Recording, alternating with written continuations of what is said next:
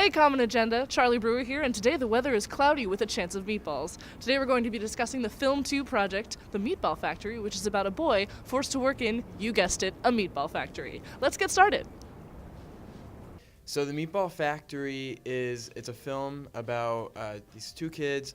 It's set in I guess, an Industrial Revolution era factory, and while they're in the factory, the rule is basically they're not allowed to have any fun. They're not allowed to have any sort of interaction. It's supposed to be just a really harsh environment.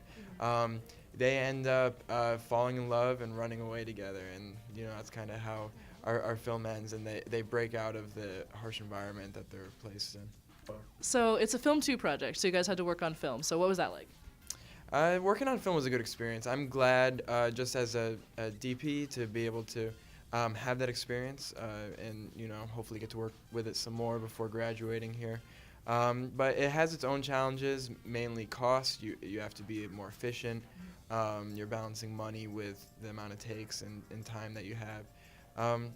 But it's an interesting dynamic. It really makes you think and plan more, I think, especially for students who don't always do that. One nice thing that's kind of an artificial limitation of film, but because it is expensive, things usually get planned out really well and it's concise. So instead of shooting a ton of footage like we may have, like if it was digital, I don't have as much material to dig through. So I think the editing process is actually going to go really smoothly. We worked with a lot of people who are just starting out in their film or their work here, which was awesome because we had people who are really passionate, and we just did a little bit of training and working together beforehand, and I think the passion that people brought really worked out.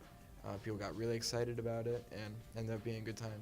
They could come out to there will be a giant Film 2 screening with all the Film 2s that all the classes are shooting this semester. They'll all be screened at the same time.